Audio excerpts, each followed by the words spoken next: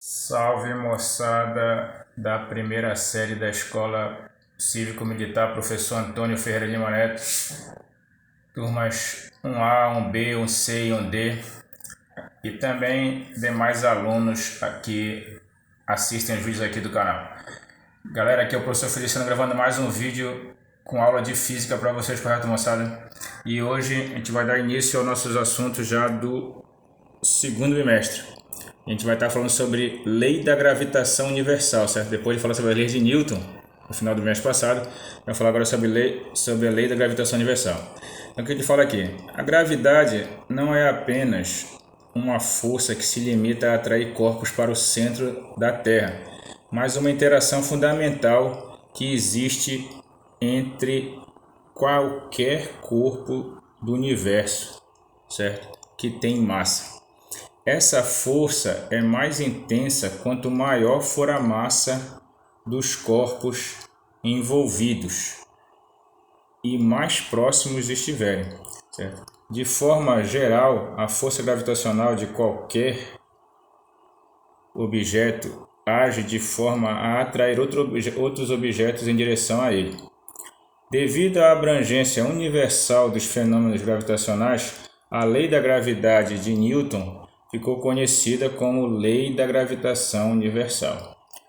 A força de atração gravitacional age em ambos os corpos envolvidos, formando um par de forças, ação e reação orientadas ao longo da reta que passa pelo centro de massa desses dois corpos. De acordo com a segunda lei de Newton, o efeito de uma força aplicada em uma massa é a aceleração, ou seja, a força igual a massa da aceleração, a segunda lei de Newton, que pode estar relacionada com a variação do módulo da velocidade e ou de sua orientação, o que dependerá da configuração entre os vetores força e velocidade, ou seja, se estão na mesma direção ou em direções diferentes. Por exemplo, veja nas imagens a seguir. Olha aqui, né? Quando uma pessoa joga um objeto para cima, a velocidade está para cima, mas a força gravitacional está para baixo, né? Então, nesse caso, na subida, o movimento ele é desacelerado, porque a força vai agindo contra o movimento, certo?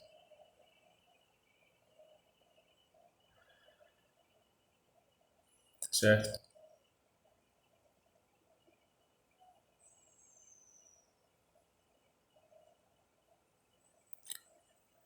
Aí, a velocidade de um planeta em órbita aproximadamente circular é praticamente perpendicular à força de atração gravitacional, certo?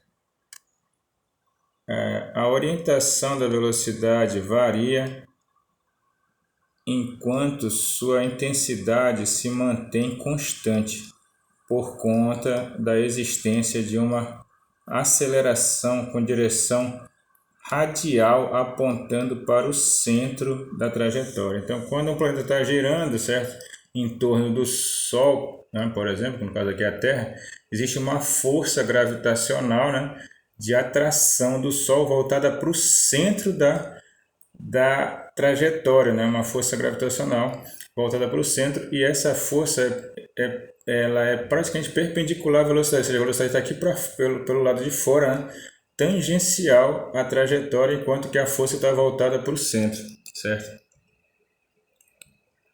Assim, as forças que agem no movimento de queda dos corpos próximos à Terra e no movimento de corpos celestes em órbita são de mesma natureza gravitacional, certo?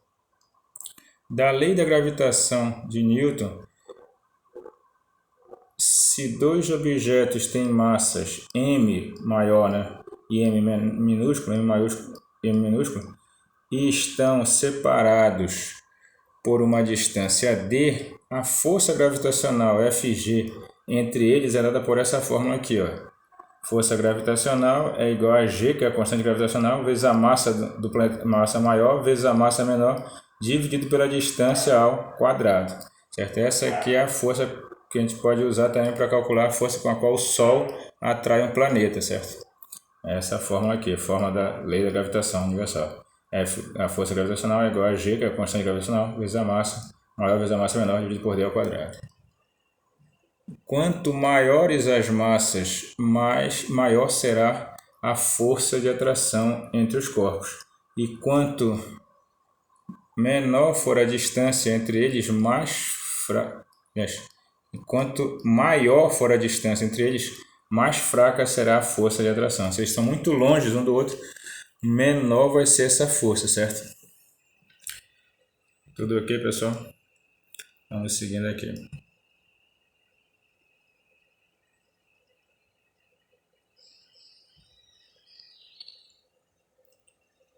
Aí ele fala aqui sobre o campo gravitacional, certo?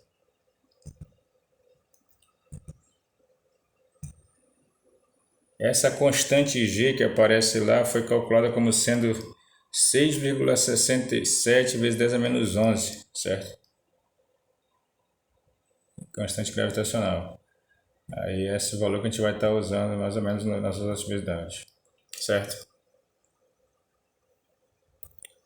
Campo gravitacional, certo? O que ele fala aqui sobre o campo gravitacional? O seguinte, ele pergunta aqui mesmo, o que acontece quando aproximamos um ímã de um prego, né? A gente já sabe, né, que o ímã atrai o prego. Como é chamada a região ao redor de um ímã que é influenciada por ele? Ou seja, a região de campo magnético, né? Aí ele fala aqui, ó, as interações à distância, como a elétrica e a magnética e a gravitacional, ocorrem em certa região do espaço ao redor de um corpo, denominada campo. A região ao redor de um corpo que tem massa é denominada campo gravitacional. Nessa região, qualquer outro corpo que tem massa é influenciado pela ação da força da gravidade, certo? O planeta Terra, por exemplo, gera um campo gravitacional, certo? Como a Lua está localizada nesse campo, ela sente a ação da força de atração da Terra. Da mesma forma, a Lua gera um campo gravitacional onde está localizada a Terra, que sente a ação de uma força gravitacional que de mesma intensidade, mesma direção e sentido oposto de acordo com a terceira lei de Newton. Então, a Terra atrai a Lua com uma força de atração da Terra na Lua, mas a Lua também atrai a Terra com uma força de atração da Lua na Terra, certo? Ação e reação, né, pela segunda lei de Newton, certo, pessoal?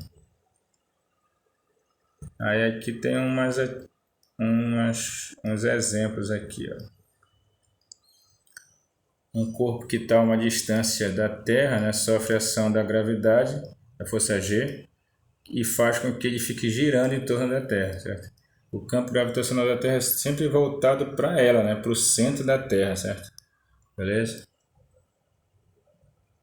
Então ele chega aqui a uma fórmula para calcular a gravidade. A gravidade vai ser G vezes a massa da Terra mais o raio da Terra, dividido pelo raio da Terra, mais a altura que está o objeto, elevado ao quadrado. Certo? Essa é a fórmula para calcular a gravidade, porque a gravidade varia de acordo com a distância. Quanto maior a distância, menor vai ficando a gravidade. Se um corpo está muito afastado da Terra, a gravidade vai ficando menor. Se está mais próximo da Terra, a gravidade vai sendo maior. Assim, quando falamos em aceleração da gravidade de um planeta a certa distância, nos referimos à medida do campo gravitacional, certo? Naquele local. Dessa forma, as unidades de medida de metro por segundo ao quadrado e newton por quilograma são equivalentes, certo? Então, eles fazendo os cálculos, a gente chega a um valor aqui da gravidade na Terra de 9,8 metros por segundo ao quadrado. Assim que se chegou ao cálculo da gravidade na Terra, pegando a massa da Terra, pegando a constante gravitacional e dividindo pelo raio da Terra, né? Certo? Ao quadrado, certo? Então se chegou a esse valor aqui de 9,8 metros por segundo ao quadrado. Como a Terra não é uma esfera homogênea, com massa distribuída de maneira uniforme, esse valor sofre variações em sua superfície. Mesmo assim, podemos considerá-lo constante nas proximidades dessa quando calculamos a intensidade da força-peso de um corpo de massa M. A gente pode usar sempre esse valor da gravidade de 9,8 metros por segundo quadrado, que a gente acaba arredondando para 10 quando a gente vai fazer o cálculo, certo, pessoal?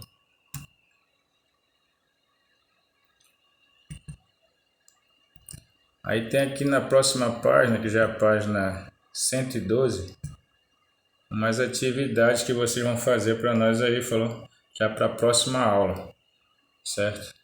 Vocês dão uma olhada lá e quando for na próxima aula a gente vai estar resolvendo essas atividades A1, A2, A3 e A4 e A5 também.